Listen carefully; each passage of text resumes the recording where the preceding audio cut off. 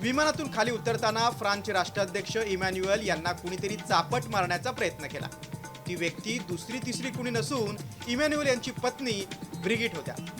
सुरुवातीला पत्नीच्या या वागणुकीनं इमॅन्युएल थोडेसे खट्टू झाले. मात्र व्हिडिओत दृश्य कैद होत असल्याचं पाहून त्यांनी समर्थकांना हात दाखवला. परिस्थिती सावरण्याचा प्रयत्न केला. हा व्हिडिओ आता सोशल मीडियावर व्हायरल होतोय. घरच्यांचा आणि समाजाचा विरोध पत्करून इमॅन्युएल मॅक्रॉन यांनी ब्रिगिट यांच्याशी विवाह केला. पण अशा पद्धतीनं दौऱ्यात इमॅन्युएल मॅक्रॉन यांना ब्रिगिटनं चापट का मारली असावी? सुरुवातीला इमॅन्युएल मॅक्रॉन यांच्या कार्यालयानं हा AI द्वारे तयार केलेला व्हिडिओ असल्याचं सांगितलं. पण नंतर लगेच आपली चूक सुधारत ब्रिगिट या इमॅन्युएल मॅक्रॉन यांच्याशी चेष्टा मस्करी करत असल्याचं स्पष्ट केलं.